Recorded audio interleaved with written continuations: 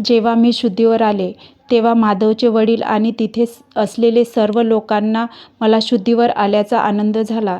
ते सर्व बाहेर होते आणि डॉक्टरांशी बोलत होते. तेव्हा माझ्या वॉर्डमध्ये दिनेश आला आणि त्याने माझ्या इज्जतीसोबत खेळ केला आणि त्याने मला त्याच्या वासनेचे इतके वाईट शिकार बनवले आणि त्याने मला धमकीही दिली की जर मी कोणाला काही सांगितले तर तो मला जिवंत सोडणार नाही. माझे जग आधीच लुटले गेले होते आणि आज माझ्याकडे असलेले आदरही लुटला गेला. मी कोणाला काय सांगू शकतो? सध्या मला रुग्णालयातून डिस्चार्ज देण्यात आला. मला माधवच्या घरी आणण्यात आले, जिथे माझे उपचार सुरू होते.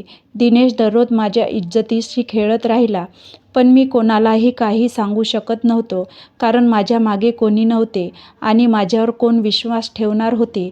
जर मी ज्याच्या घरात राहत होते त्याला दोष दिला असता तर मी कुठे गेलो असतो. मग अचानक 2 महिन्यांनी माधवच्या वडिलांनी घोषणा केली की तो पूर्वेचे लग्न त्याचा मुलगा माधवशी करेल आणि ते नाते मजबूत करेल. पूर्ण कथा ऐकण्यासाठी खाली लिंक दिली आहे.